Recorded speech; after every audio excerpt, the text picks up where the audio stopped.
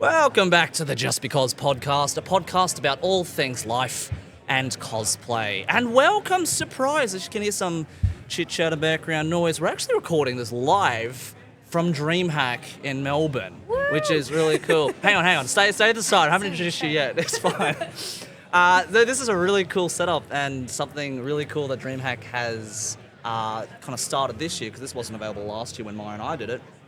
But they've kind of created this little podcast zone just as you enter, like, I think it's the free play zone where you get to check out all the games and stuff. Anyway, so we're kind of sitting in the corner of the room. There's a lot of cool people walking by. We got a little personal photographer here, which is cool, so you'll see some snippets from there. But what I am going to do, first and foremost, so you can actually say something, is introduce our very special guest today. It's a good mate of mine who has been doing cosplay for a very long time. We connected a few years ago. We'll tell you into that story a bit later, but introducing a very special guest from Melbourne himself. Please welcome and thank you very much for joining us, JinxieK.cos. Thank you, Jinx. Yay! Hello. Jinx, a real quick introduction for yourself. For anybody who might not know you, tell us a bit about yourself. Okay, so hello, my name's Jinx, JinxieK.cos, on Instagram, Twitter, Twitch, OnlyFans, everything. Been cosplaying for... Started 2014, so it would officially be 10 years this year. Wow, anniversary time, here we go. Well, I think maybe technically 12, but I didn't actually go to conventions or anything in 2012. You count it, your anniversary is what you make it, so it's fine. Yeah, so first con was Supernova in 2014, but I've technically been cosplaying a little bit longer than that, just like doing YouTube videos and stuff at home. Yeah. So yeah, been around for a while. And I don't know, I'm a pretty eclectic as a person when it comes to cosplay and all my hobbies and all my social medias and everything, so I'm a bit of a hot mess if anyone follows me. Listen, I do a bit of everything. You're just hot, okay? That's it. It's to take out the mess part, but yes. That's fantastic. So, Jinx, this is your first time at Dreamhack? Did you come last year? Or? No, so I didn't come last year because work was absolutely insane. So I used to work for the government, so I couldn't get the weekend off because things are nuts around Easter and everything. As they are. So didn't come last year, really gutted about it. So far this year's been really good, though didn't come yesterday because I felt really sick and I'd lost my voice. And I'm like, if I can't talk today, yeah, we kind of need your voice today. Lonely. That's okay. I'll do it myself. Brody can help me. It's okay. No, thank you very much for joining. So this is Dreamhack, as you guys might know if you haven't seen already. It's a really cool place for creators to come together. So if you're a streamer, if you're a content creator, if you're a cosplayer, and this is kind of the place to be with a big focus on like esports and creation. So with yourself, I know you're a creator, you're a cosplayer, you've kind of been through the motions, and I think that's going to be the kind of the theme of what we're talking about today, kind of how cosplay has kind of changed over the years, right? For sure. You've been in the trenches, you've kind of seen how it looked in the beginning. Oh, the beginning times, and kind of what it's evolved into today, right? And kind of how, you know, things have changed in terms of just how easy it is to access, or how easy it is for people to get into it, or how the community itself has changed, right? And I'd really kind of like to hear some of your stories as we go on today. For sure. I mean, I guess start from the beginning. Things were wild back when I first started cosplay. It was not that accessible. You could get wigs. Wigs were pretty much like eBay. Yeah. It's just eBay. Yeah. Like we didn't have AliExpress or Temu or roll calls or anything like, or Uwu. So we didn't have giant like cosplay commercialist companies that would get us the newest cosplays or the newest wigs or anything. We just had those short, flat, solid color wigs. Yeah. Or the pigtail wigs if you wanted to do Miku, or the like 120 centimeter, 150 centimeter wigs. Right. And that was it. And if you wanted to do something specific, you had to pick the closest colour you could get. And you had to learn hairdressing. Make it you had to work. learn hairdressing. Well, I actually ended up going to TAFE for hairdressing, and I dropped out 6 months in because I hated my teachers. Wow. And you're like, nah, I'm going to do it myself. At that point, I'd already been cosplaying for maybe 6 years, and I was this is... No, I do better wig work than I do hairdressing, so I'm just going to go back to cosplay. Yeah, I mean, wig work in itself, as you probably know, as anyone listening knows, is just a completely different beast. Oh, 100%, yeah. But in terms of, like, apart from, you know, accessibility and just doing it, how, for yourself personally, have you felt the evolution of, like, cosplayers themselves? Because, you know, you've been cosplaying a long time, I've been cosplaying a long time, and I know for myself personally, it's been something like, you know, I start going with some of my uni friends or my high school friends, And then they say, oh, yeah, I'm done. And I was like, cool, let's make some more friends. And then they kind of, I'm done. And that cycle kind of keeps going, right? Is that the same thing I'm for you? actually, aside from maybe you and my best mate Liz and my other mate Charm, I have got, a real lull in my cosplay friends at the moment because a bunch of my friends stopped cosplaying or they started having kids. Yeah. And I'm like, I'm good at making friends. I just hate doing it. It's a different phase of your life, really, where I think as you get older, you kind of know the kinds of people that you get along with. 100%, yeah. So it's like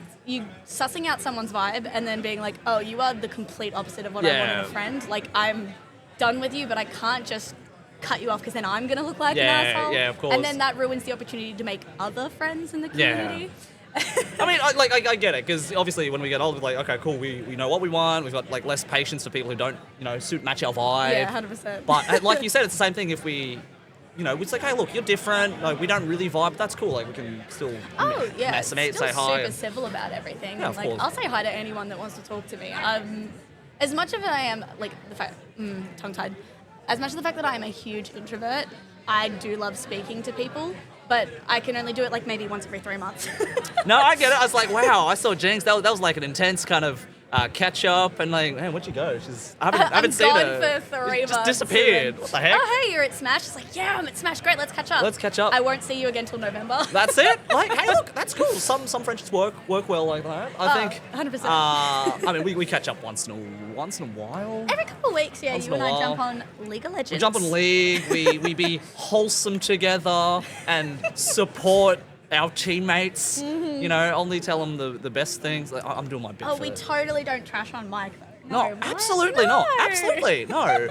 We're wholesome human beings. 120%. But with look, I know for a fact both of us, when you go out to try and make friends, it's always going to be a hit or miss. Right? 100%. It's never going to be one of those things where anybody is the perfect person and you're going to get along with everybody. That's just impossible, right? Oh, yeah. And trying to, cater this person, cater that person, it's tiring, right? So I think when we're younger, we want to just meet friends and make friends with everybody, and obviously you figure out, it's like, oh, that was fake, I was fake, oh, now we get into clashes and, this is how, the drama starts, right? Yeah, so... And...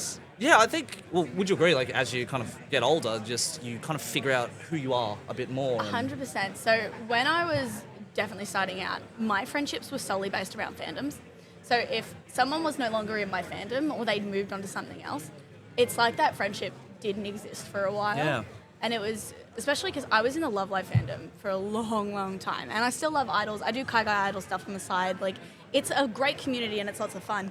But for a long period of time, if someone moved away from Love Live, we just stopped speaking. Yeah. And I don't know if that was a me personally thing or a them personally thing. And then I would reconnect with them years later, and all we would have in common was Love Live. And I'm like, I didn't actually take the time to get to know you as a person, and that makes me feel terrible. No, well, I think that's just part of learning who you are as a person. Oh, for sure. I think I had the same experience kind of going to university. I joined the anime club. That was the cool thing to do for all the kids there, right?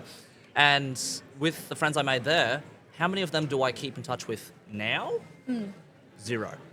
Because we talked about anime, we talked about video games, but beyond that, as we graduate, we go into adult lives, we didn't have anything else outside of anime to talk about, right? Oh, 100%. So, I have no more friends from high school. Yeah. I have one friend from primary school. We chat, maybe once a week. Yep. And then I have no friends from uni or TAFE.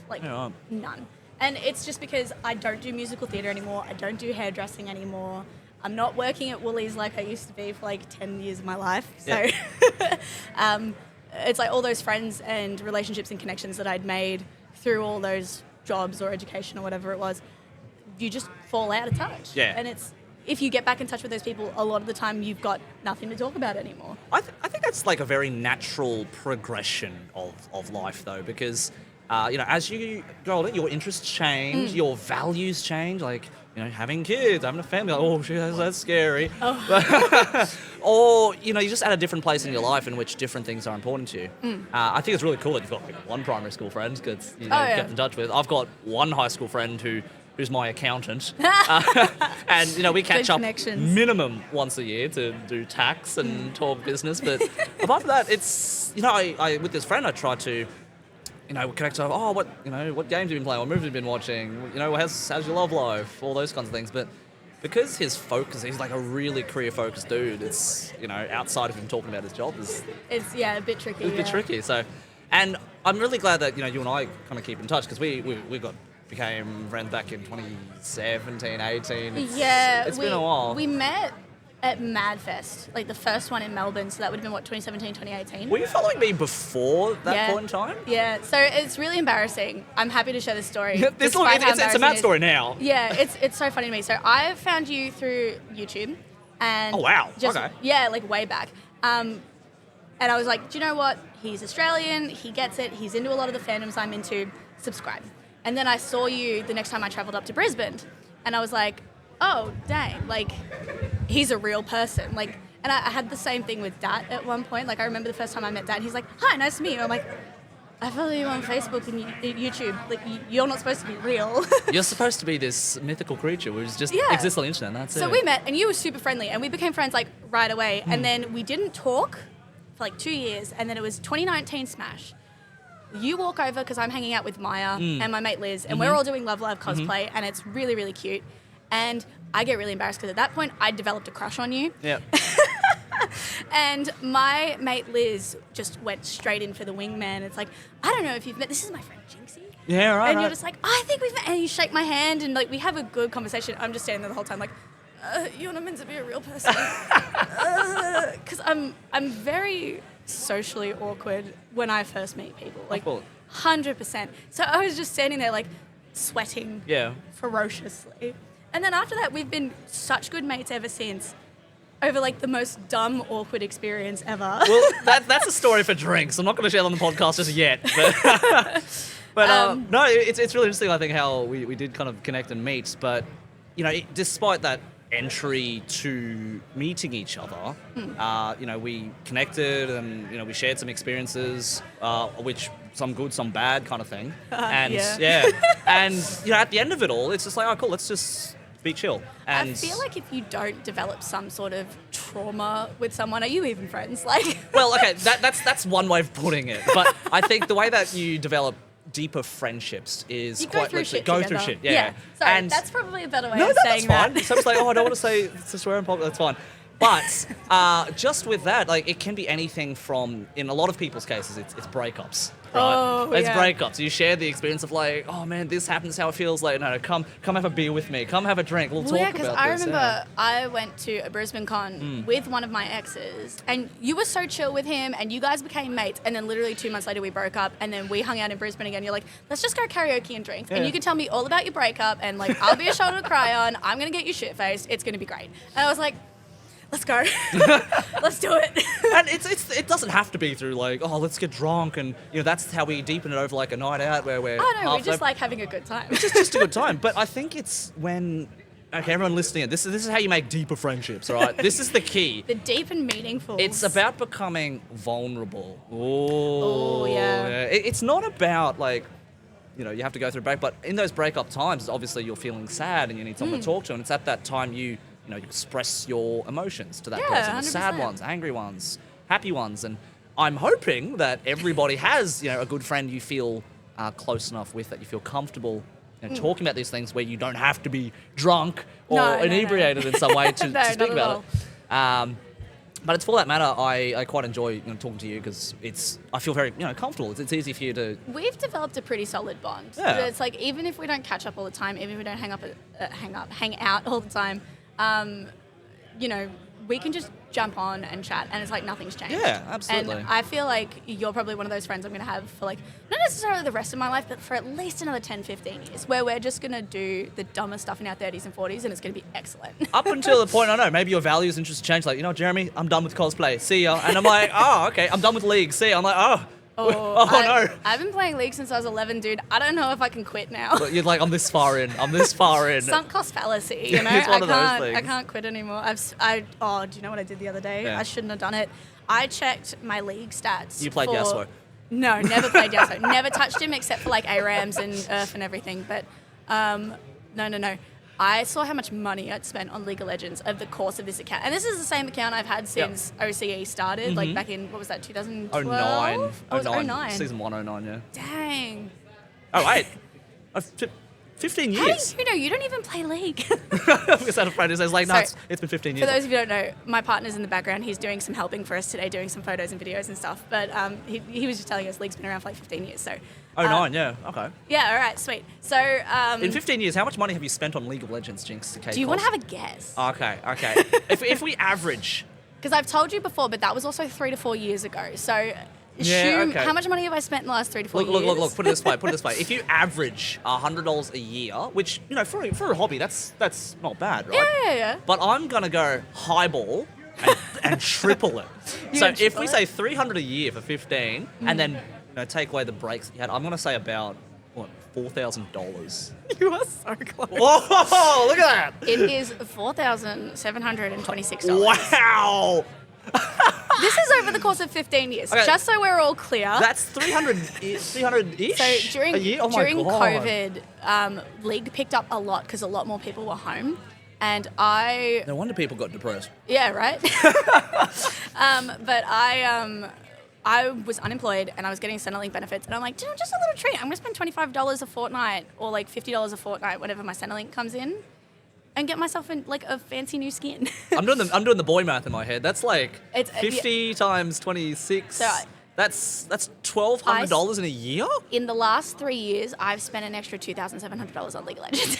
Like, how much happiness has it brought you? Oh, so much, man. Okay. Cosmetics make my brain happy. I've got ADHD, so I've got that goblin brain, and it's like, it's instant gratification, 100%. It's like dice, it's League cosmetics, it's shiny new cosplay, like. I think I've got that upbringing from my parents, and as you know, my parents are they're Asian, and it's like Asian mentality. Yeah. You only buy things on special, only when there's a good deal. Don't get me wrong. I would buy the Riot points at regular price, but I wouldn't buy the skin unless it was like 30 to 60% no, off. that's fair. And then I've got the, what is it?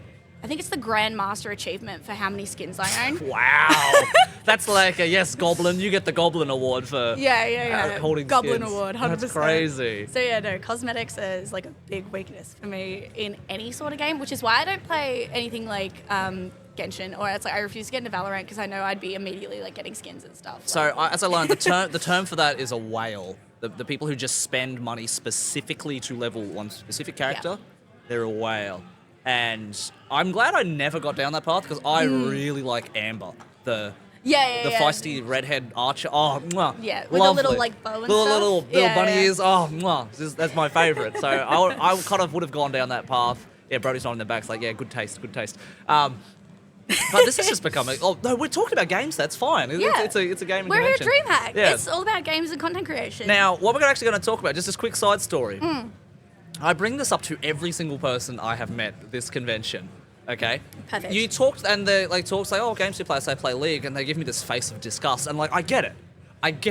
If you talk to anybody and they say, oh, what games do you play? And there's like, oh, my favorite game is League of Legends. Instantly for me, orange flag. This is going to go real well or really bad. Yeah. So I urge anybody, the first thing that you ask, if you say, hey, I play League of Legends, the next thing you have to ask is don't run away immediately. Kind of just pause, get ready to run. Yeah, who's your main?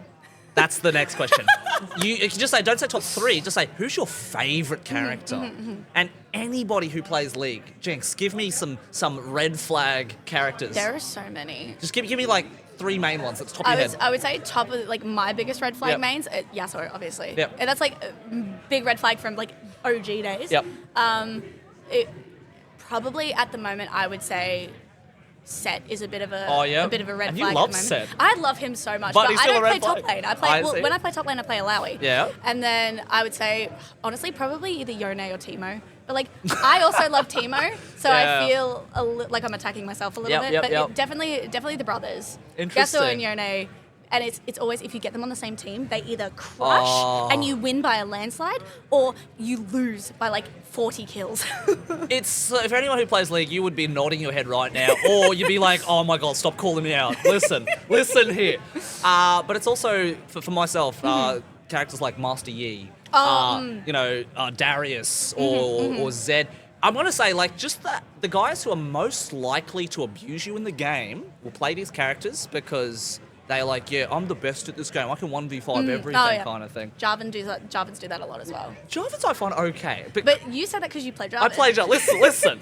I will say for tank characters, less so because, they can't 1v5. They need to be in the middle. They're a team player, They've literally got to, soak the damage, yeah. And so if someone says something like, oh, my main character is Lulu. All right, green flag. Let's keep talking, right? It's fine. Love my girl. Because, support characters. They're literally there to babysit and hold the hands of other characters, right? So I'm a great babysitter. Yeah, you've babysat so many babies in this game over the time. Yeah, look, some of our mates that we used to play with needed high maintenance Oh babysitting. my god, just and they played some of these characters. I'm like, oh my god, that's why we don't play with them anymore. So maybe we should have said Aurelia just to. No.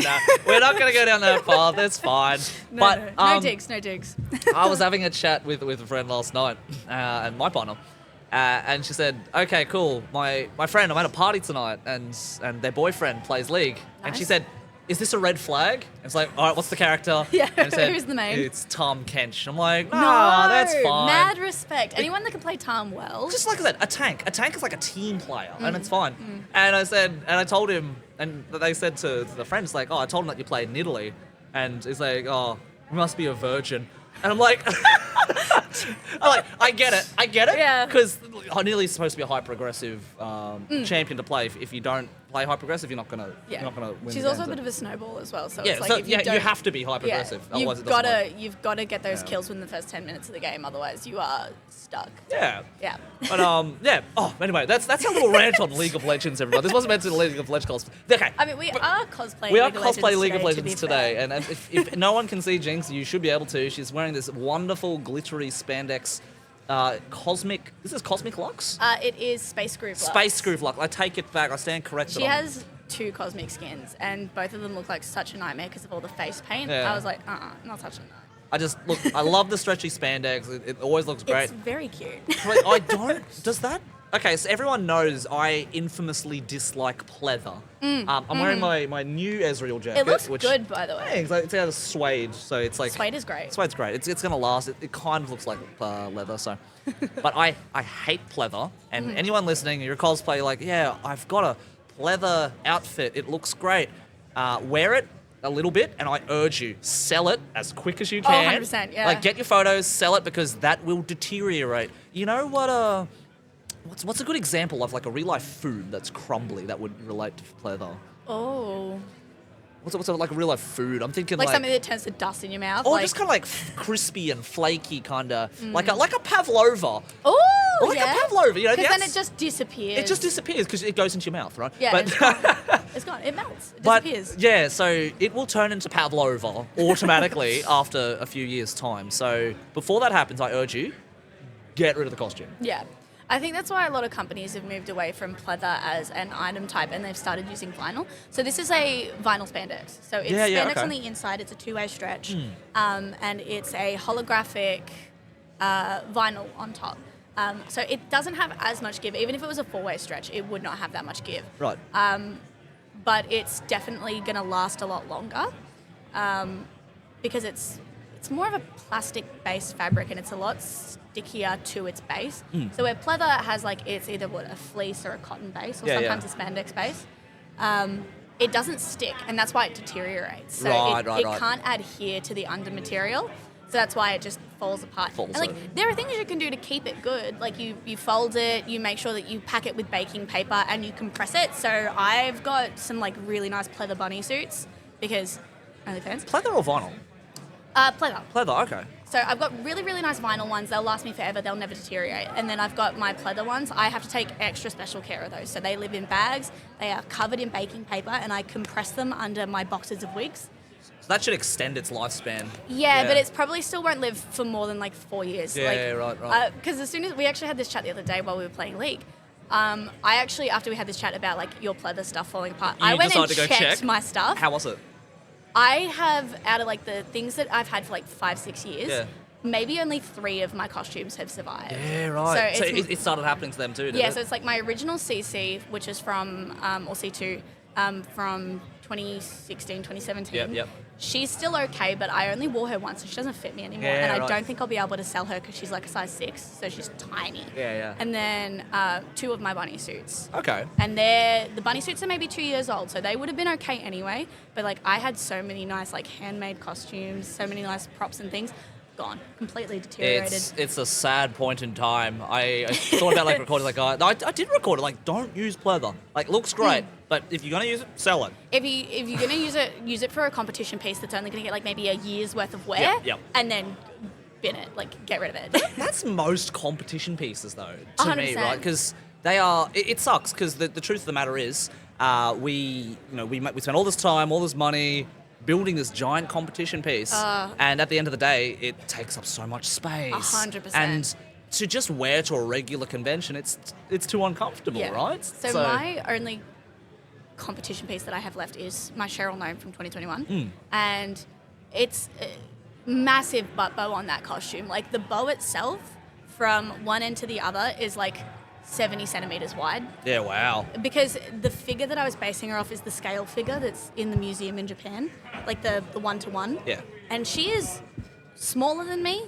so I had to scale all the stuff up slightly because she's only like 160 centimeters tall. I'm like 165. And I was like, it's a 5 centimeter difference. Maybe I don't have to do that much. Yeah. The amount of math I had to throw into my pattern for that costume, and I'm like, especially because it's got a corset and it's got like one of those circle skirts with lots of ripples instead of just like a couple. I'm just, nah. And she's fine because she's mostly like bridal satin and really tough cotton, and it's a corset. The corset will live forever. Yeah. But it's more just every other competition piece I've made, like all my pre-para ones with like a million frills and bows and everything else, and then a couple of my gaming ones, they're just gone. They're like, It's just a sad it's reality. depressing. It yeah. sucks. So much time, care, and love, and then even this costume now that I'm wearing, it's my Space Crew Vlogs. I am immediately like, how can I remake this and then enter it in packs and then never touch it again? That's always the dilemma I had as when I was younger too, is because you've only got so much time, so many resources to use, and it's like, do I remake this old one that I love, or do I make something new on my never-ending list of things to do? 100%.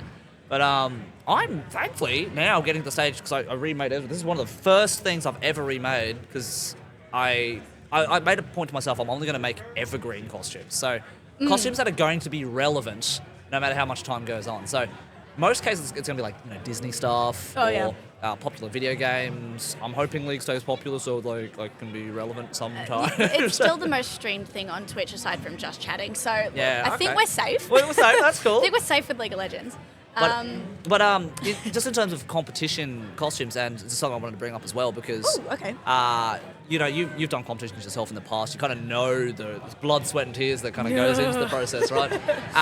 And obviously, back when we first started too, we were kind of itching to show off what we could do on stage, right? And there were competitions like Madman or the daily Supernova competition or something. Yeah. So it was all very, small, low bar kind of, not much involved. And now we're at something like Dreamhack or we go to PAX or something and suddenly we've got, Champions of Cosplay $10,000 of dollars worth of prizes and, chances to travel overseas to Europe and all these other kind of opportunities that are kind of opening up. Yeah, because back in the day it just used to be WCS. Yeah. And then maybe the Madman State Tournament. The Madman one, I did a few times, and this is the only reason I know it, is you get the chance to fly interstate. Yeah. That was cool, interstate. And the finals were always in Melbourne. Yeah. Melbourne! One time in Brisbane.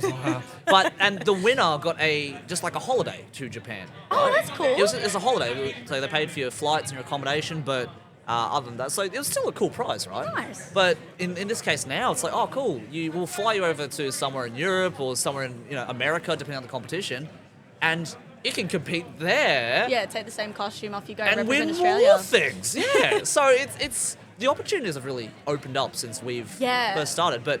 Obviously, for you and me, we're both kind of on the back foot. Which, like, do I want to do competition? That's a lot of time, money, effort, and the focus on our lives at this point in time it's in a different place.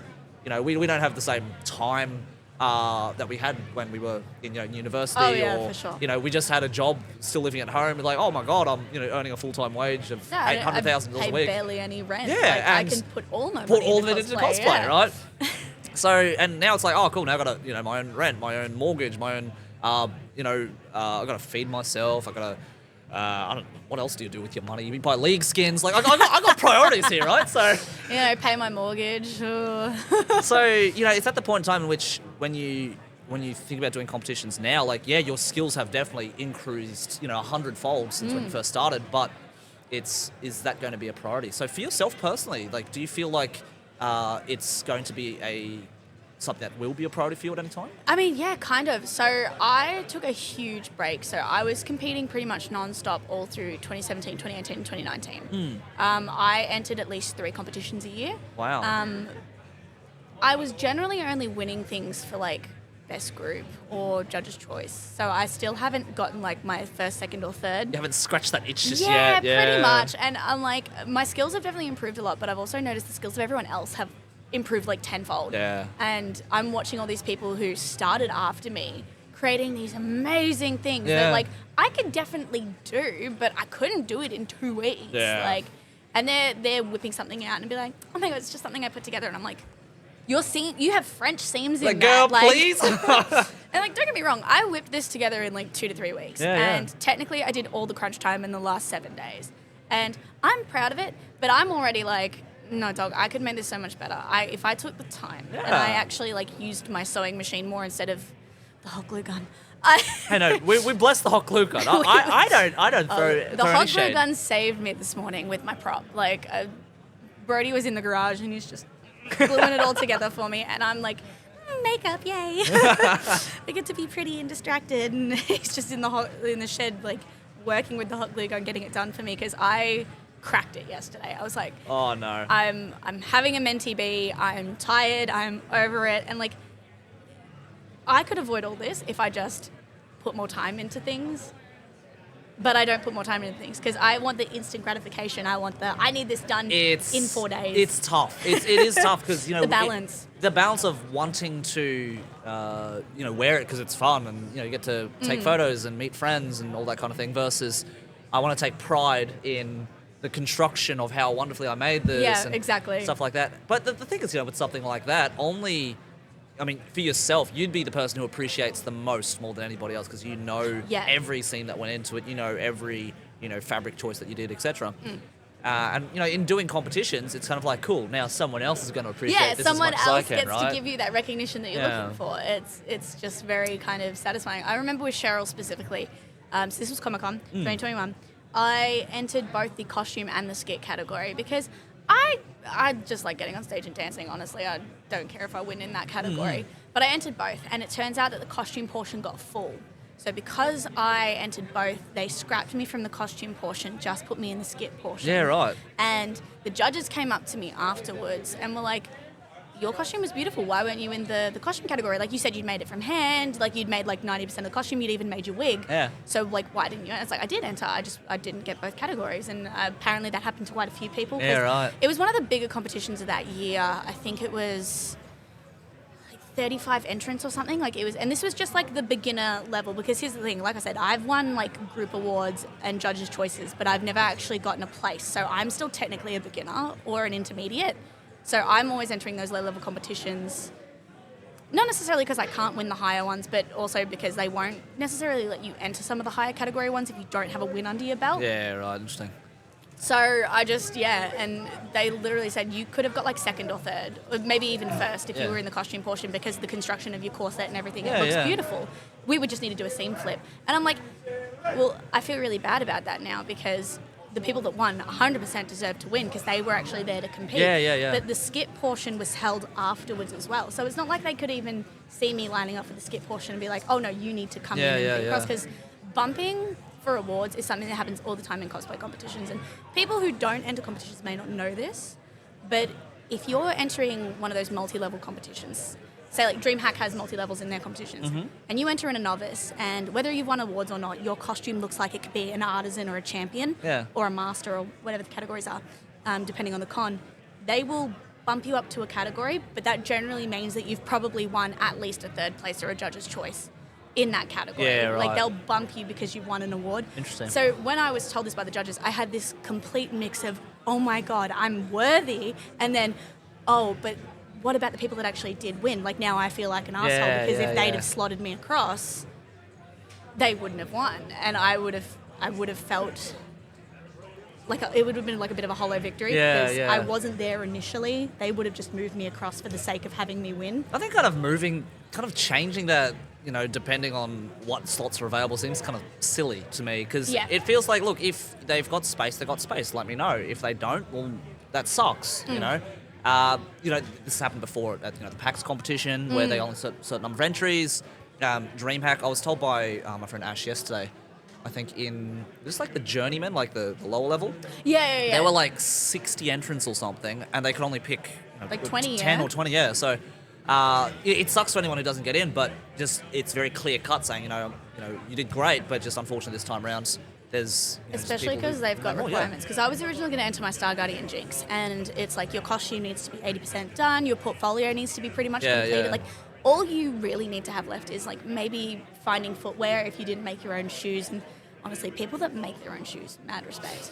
Like, I definitely alter shoes or like vinyl them or paint them or something, but like there are people out there making shoes. Yeah. I'm like, nah, no way, 100% never. But like there are all these requirements on the list of like things you have to do to be able to enter this competition. And I'm like, I mean, it makes sense because there is nothing more frustrating standing in line in a costume competition, like getting prejudged, doing your scene flips, everything else, and just watching as someone's costume starts to fall apart because they finished it 3 days before. Yeah. And you're like, oh, no, that's the worst time for that to happen because you can't even like run to patch it or run to cosplay repair or anything. You're just going to have to suck it up. That is just the nature of cosplay competitions, unfortunately. Hey, what's up, boys? Keep it real. Good job. No, we had some gamers. We had some real gamers just pass. Oh dear. So this is you haven't actually had a chance to really look. You came on Friday of DreamHack, didn't you? Yeah. So I came for the Trash Taste Boys. Yeah. It's probably one of the only podcasts that like gets my attention every time I go to listen to it outside of like D&D podcasts. Cool. Love D&D podcasts. But yeah. Oh, I watch your videos on YouTube. She just remembered that this is a podcast. No, it's more just like it's my go-to. Yeah. So That's fair. it's like if I'm doing cosplay stuff, I'll definitely like listen to JustBeCos because it's relevant to what I'm doing in the moment. I get it. I completely understand because I talk to people who quite literally like listening to podcasts, and it's a very particular person with like a schedule, or it's just like a ritual that they do. Yeah. And don't get me wrong. If anyone who says like, "Hey, I see what you do. I like your stuff," and they don't necessarily listen to it, I'm not offended. No, I'm not offended because I get it. This is an hour-long thing that you got to sit down and listen to, and sometimes it's like, wow, they're just waffling on, or wow, like that, like, this is not interesting at all. But I know that I actually met someone on the way in. They said, "Oh my god, like I love your podcast." I'm like, "Oh, that's really cool." So shout out to Zoe. Zoe, if you're around, you're listening to this one. Yeah, and I think that for yourself, the Trash Taste guys, they're talking about anime mostly, and sometimes you just want to yarn about anime. Just you like the energy of the boys. Yeah, well, the whole point of their podcast is more or less like, here are our opinions on this current season of anime or like a staple. Yeah. And it's either a great take that everyone agrees with or it's awful and the other boys will just absolutely cut into this person and just like, how dare you have that opinion? So, the whole gimmick of the show on Friday was just, here are our hot takes, boo or cheer. Yeah, right. There was one fucking Gant, oh my God. He's like, I love light mode. And everyone in the studio just went, what the right. big, and like Brody and I especially, big believers in dark mode. So that's all it is, and I think that's what kind of makes it fun. They've got this thing where it is relevant to games, just computers, or anime in this case as well. Of like, look guys, we're all here for the same things. Now we want to find out who's the real ones, right? So, and I think that makes great for a stage kind of podcast thing. Yeah. As in, because I had a few people today as well, and over the weekend say, "Oh, your podcast's on Sunday. We'll come saying hi."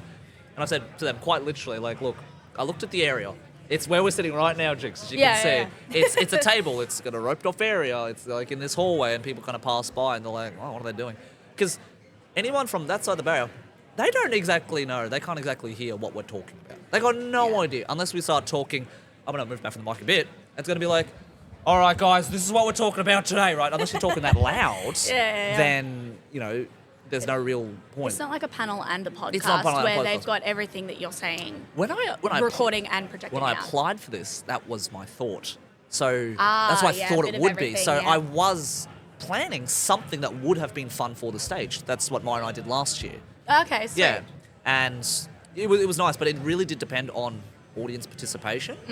And we don't have a big of an audience as Trash Taste or Cold One. So it unfortunately the ideas to me were fantastic. Yeah. But because we didn't have the audience that we needed to make it work, it kind of didn't work the way I envisioned it to be. So Just got to hit that grind set. Yeah, Come back next absolutely. year. You and I will go for that panel and we'll smash do it. big Yeah. bucket, yeah. So this one was an interesting one because I also applied for a panel and they said, oh, well, you don't have a panel, but you got a podcast slot. I'm like, oh, sweet, we'll do a Yeah, podcast. sweet, take it, yeah. This is kind of an interesting setup because it's out where people can see us, but Yeah. people walk by and they're like, what the hell are they doing? Like, It's what like are they doing? they're having a conversation. What about what? But we can't We hear can't them. hear. Like, it's not interactive. And so anyone who did say, it's like, no, we'll come by and support. I'm like, no, I appreciate that. But You're going to be so bored, there's dog. nothing yeah. to do. Poor Brody's been walking around. It's like, are they done yet? Like, we got a little bit of time. Don't worry. We got 20 minutes? And so I just said, like, look, just if you stop by and I see you and you wave, I'll wave back and give you a thumbs up. And I've done it a couple times already. You guys haven't even heard it. That's Give the right. shout out, yeah. I'm still talking. Love a good yarn. Yeah, so that's as I said, like with the podcast itself, it's this is our little space. I'm gonna put a picture up later so you can see it, but it's we could as well just have been sitting in my room Yeah. next to my computer, and it would have had the same effect. You've just got like some background chatter, which Yeah, is occasionally you can hear the COD boys like marching past and past. yelling at each other, even though they're standing next to each other. What is cool is they've lent us this Rodecaster Pro 2, I and want one so bad. this is just a free shout to Rode. It is it's the what I'm aiming for. It's kind of like you can plug in up to 6 microphones, and adjust the levels of them each bit by bit.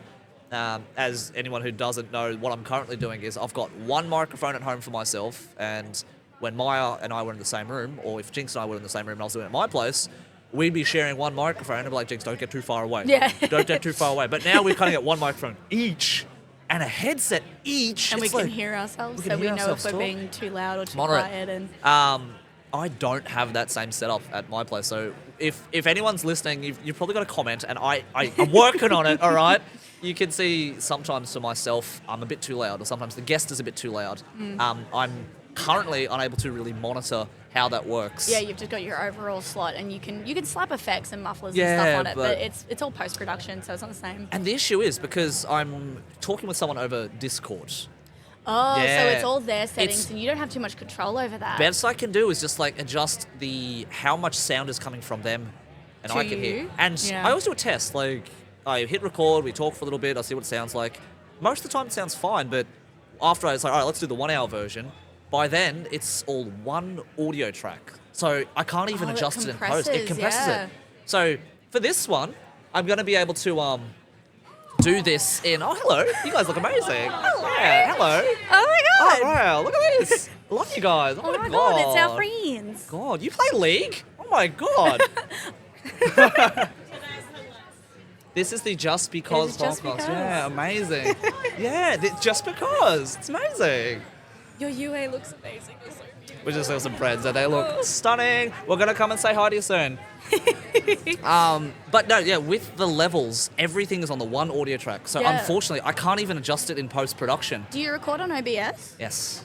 And you don't wire your own microphone through a separate audio I've track done to all Discord? of that, yeah. Oh dang! What are you editing with? I'm using DaVinci. And I'm You're not I've using used Audacity? CapCut. I've used Audacity, and Doesn't Audacity work for you? unfortunately does the same thing. I've done all Oh, the trial and error. really? I'm still working on it, but until I get something which is going to be able...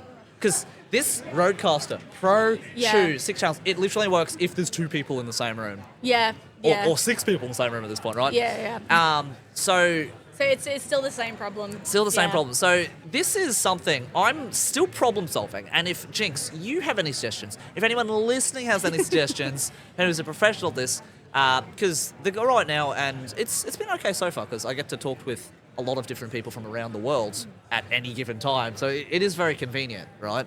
But the best thing about in person right now, I can see you. Yeah, we can like fist bump and hold hands and like slap each other if we're getting too rowdy. I respect people. I promise. Okay. I respect women. I respect women, and Jinx is a good mate with this. Is that okay? Look, the fact is, when we're right next to each other, we can bounce off each other a lot easier. Yeah, because right? you can assess body language and make eye contact, and like even if there's a topic that you've got to think hard about, you can look up to the ceiling and not feel like you not feel like you have to look at the camera the whole time. Yeah, so it is a new thing. Kind of doing everything over Discord, and to everyone out there listening, when it was with my why is the vibe so different? Because it literally is so bloody different being in person, and you can feel the energy off each other a lot better than you can through a camera. So, ideally, I would love to do every podcast in person. You know what you need to start doing? Yeah. You just need to like go to cons with your mic and just start being really I annoying. have really thought about doing that, but the problem is, like, this takes a whole hour, this segment. I could do, like, shorter podcasts. Oh, yeah, and just, like, clip them together. And clip it together, like 4 15-minute ones, right? Also, this isn't the first podcast I've ever been on. I was going to ask that later. Like, you've done this before, haven't you? Yeah, You've so done this before. I was a guest on Dat's podcast. Yeah, he had a podcast? Yeah, well, it's like a YouTube podcast series that he had, and Yeah. I think he only ever did 3 conventions with it. Yeah, right. It's like it was Anamaga in 2019. It was Comic-Con, which is when I did it with him. Yeah. And then there was, I think, maybe Supernova before, you know. Yeah, of course. But,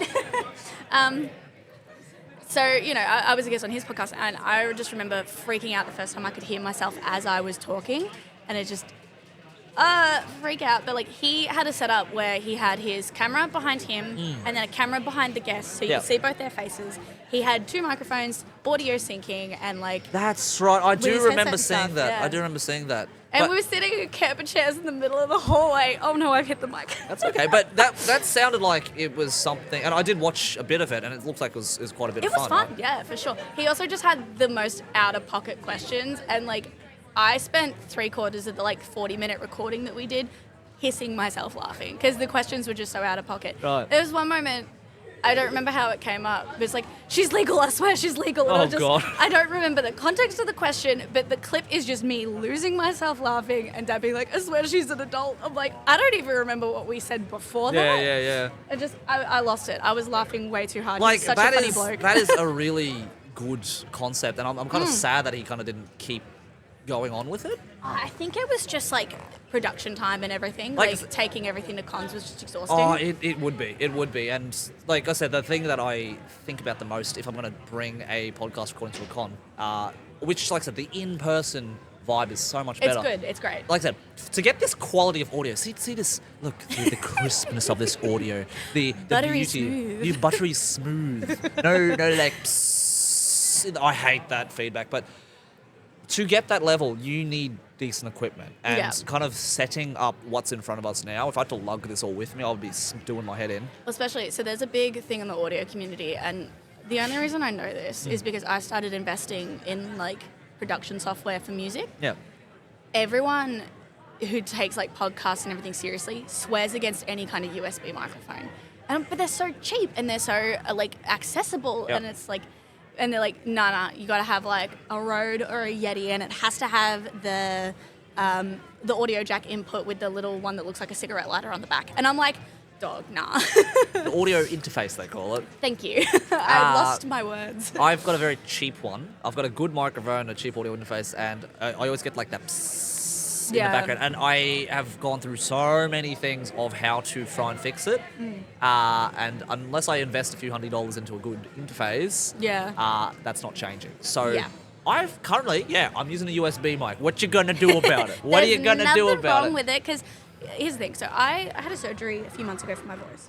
And my vocal therapist, we do everything over Discord. Yeah. And I use my USB mic. She's like, you're one of my only patients with a mic where I can hear your quality. And I'm like, yes, Razer, baby, let's go. All my gamer setup coming in clutch with the therapy.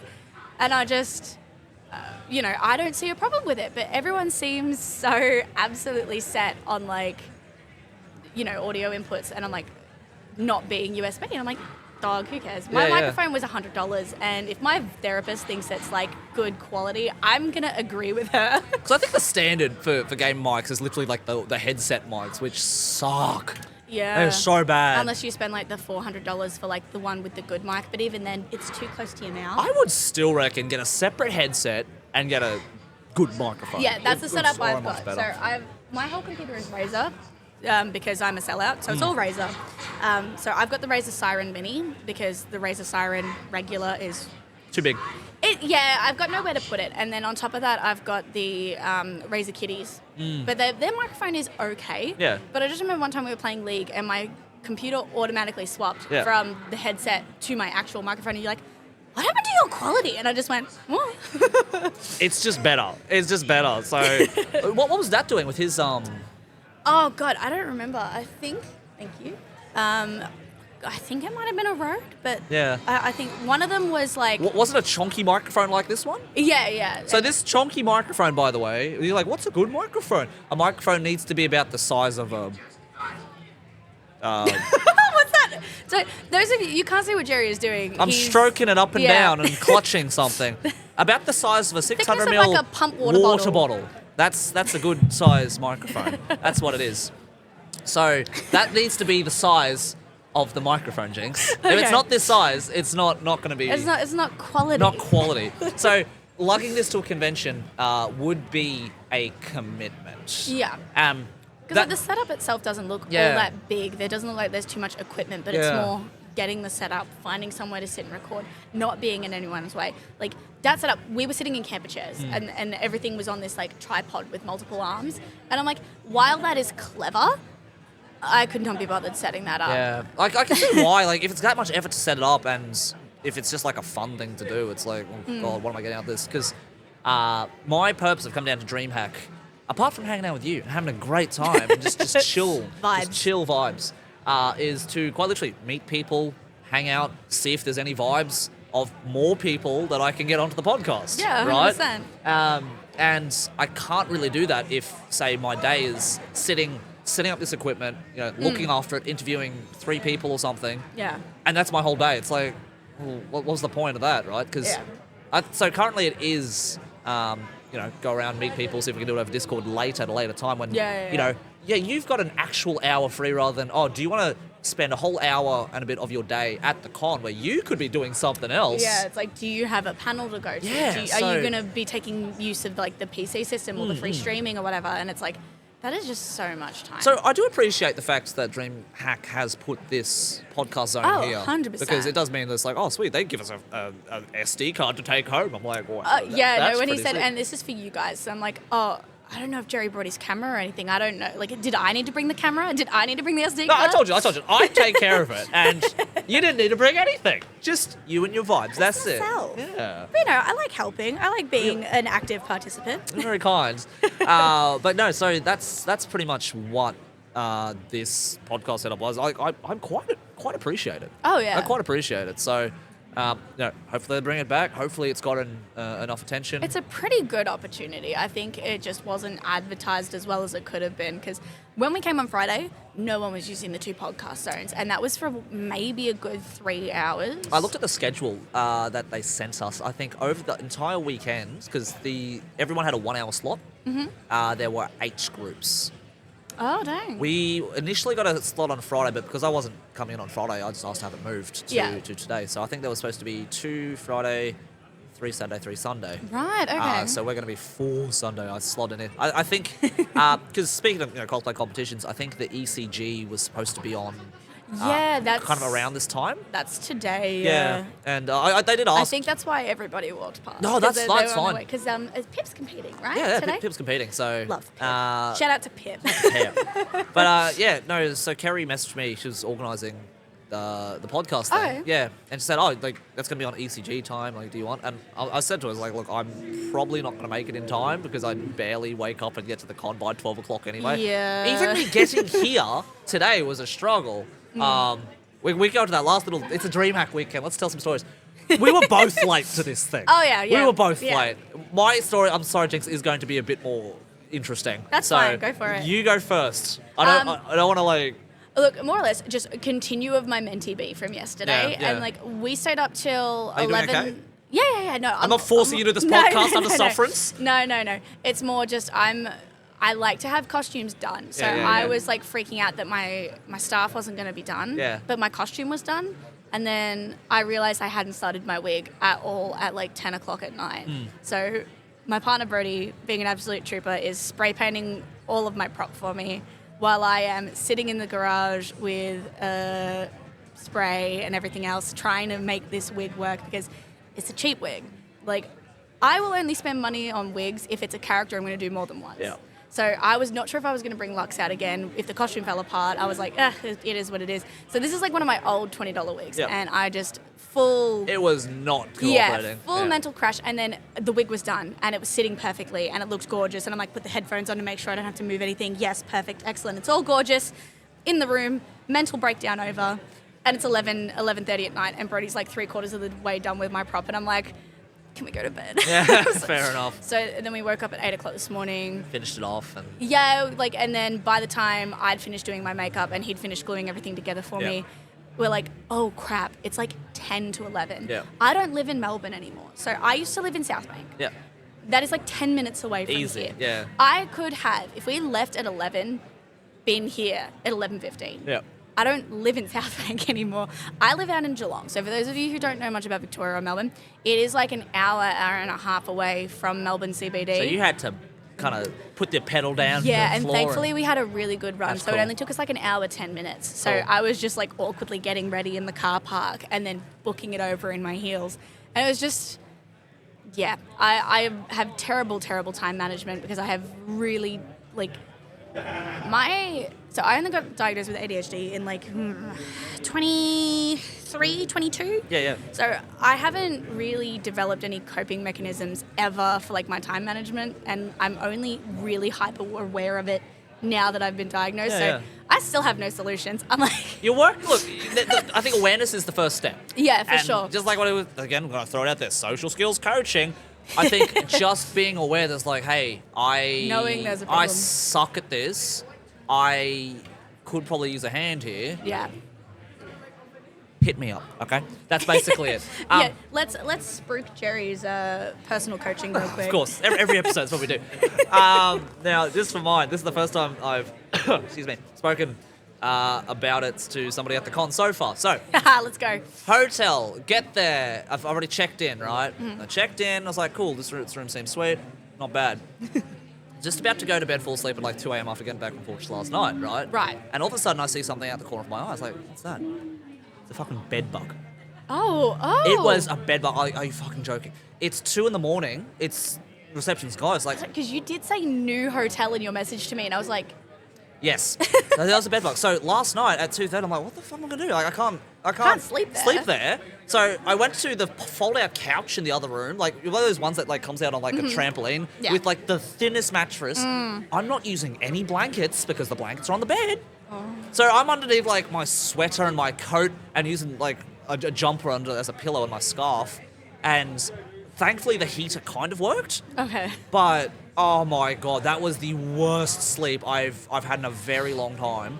Oh, that's so rough. And so you had to wait till 9 o'clock this morning to get to reception. It's like, hey, there's bed bugs in that room. What you gonna do? And it's like, got no rooms.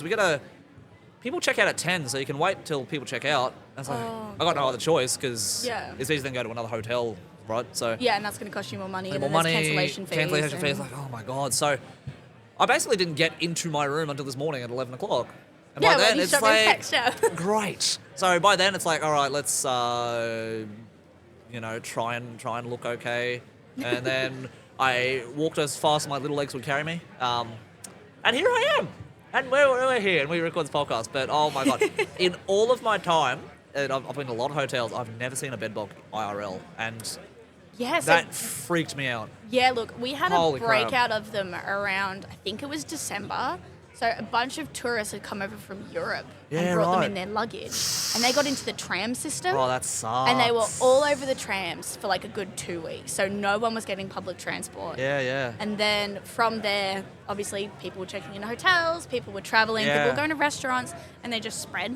And like, I thought most of the infestation had gone because we don't really get bed bugs in We Australia. don't. We really don't. It's the same as ticks and Lyme disease and everything else, like, or rabies. And everyone's like, oh, they're such common problems everywhere else. I'm like, ha! Listen. The Not joys here. of being an island nation. An island nation. It really helps limit the spread of things, I suppose. Oh, 100%. So, anyway, so that was the events of this morning, and now we've got the rest of DreamHack. It's been really cool because I got to keep talking into the microphone, Jeremy. There's a whole bunch of things I haven't looked at yet, and a whole bunch of cosplayers who look really cool I want to go chat to. So yeah, I'm pretty excited for the rest of the day. And do you have any other plans apart from this? I mean, I wanted podcast? to check out the cosplay competition yesterday and then go to the Final Fantasy panel, but obviously I didn't come yesterday, so I'm a bit gutted about that. Yeah. Honestly, I'm more than anything just excited to actually explore because when we came here on Friday, half the stuff wasn't open because the opening ceremony was at 5:45, 6 o'clock. Yeah. So, like, the main hall was open and Artist Alley was open, but there was no real activities going, no real panels or anything. Yeah. So, I'm excited to actually, like, have an explore today, get some photos and just hang out with a bunch of friends. I started doing a new thing as of yesterday, actually. I'm going to start, from now on, crashing random meet and greets. because, just because, Plug. I saw, like, a meet and greet happening, and it's like, oh, we're starting soon. There's, like, 2 people in the line. I'm like, oh, that kind of sucks, right? So you want to show support or whatever. So their friend showed up later, but I walked up to them, quite simply said, oh, hey, I actually have no idea who you are. I'm so sorry, but I just wanted to come and support you because, you know, you're a creator, and I think that's fantastic. So we had a good chat for 10 minutes, and then more people came along. I better let you go, kind of thing. But I think it's just cool in terms of just supporting creators. That's, from what I've walked around and seen, it is primarily a creating convention. It's less about, like, selling merch and, you know, trying to make money from business. So, you know, there's going to be promotions for games of, you know, people who have made things. And, oh my God, I love you. Hey!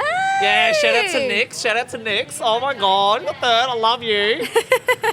Oh my God, Nix just won 3rd place in ECG. Go, girl. Congrats! Oh my God. Oh, doing a fucking League of Legends Let's cosplay. go. Oh. We're taking over. Absolutely. But it's primarily like about, you know, the cosplayers who are here, who are Yeah. making videos. They're getting put on pedestals for meet and greets. There's I met a Minecraft streamer yesterday. Hey. You know, and of that, there's cosplay guests around. There's esports going around. So it's just a really encouraging environment. it's just an encouraging environment if you're someone who is wanting to make things.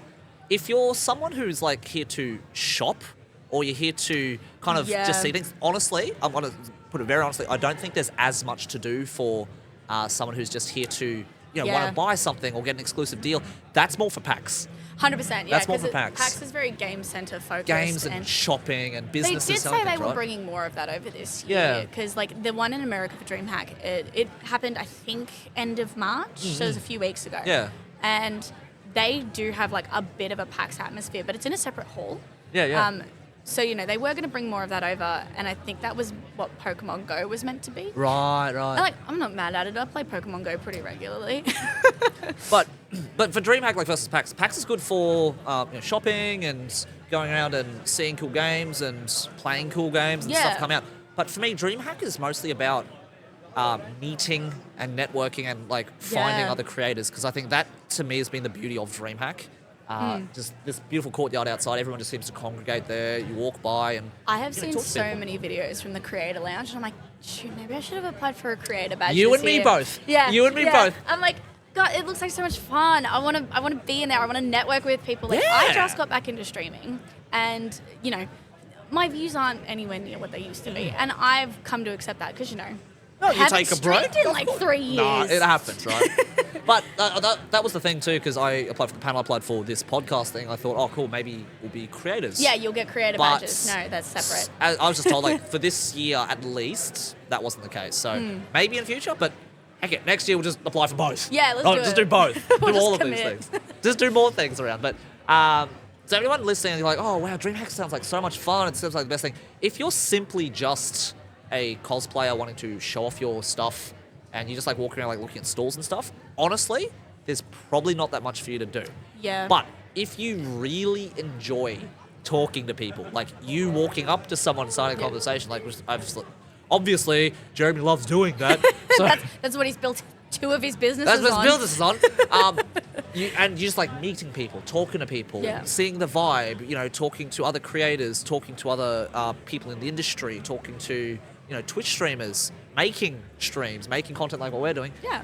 This is more the place for you. 100%. If you're more about like, show off your costume, you know, if you're big competitions, there's big competitions here. But otherwise, honestly, PAX is, for that matter, still my favourite. PAX is also like a much bigger convention as well. To be fair. Yeah. This is my favourite networking convention. There's a love good this. vibe here for that. 100%. I like it. It's not as big, and I think that makes it a bit more cozy for that matter. Yeah. Well, it's like this is like a very Melbourne thing to say. Yeah. Animaga used to be hosted at Royal Exhibition Centre, which is like North Melbourne, and they've recently moved it to the MCEC, which.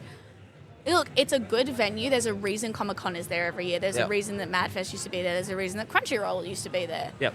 But it doesn't feel as homey. It doesn't have Animaga's vibe anymore. Right. And it's gotten bigger, you reckon? Yeah, and like, don't get me wrong, I love that the convention's successful. Because of that, I got the opportunity to perform and dance on the main stage last year, which was huge. Like, Melbourne Idols don't get that kind of recognition because our community is so small. Yeah. So that was big, and That's it was cool. amazing.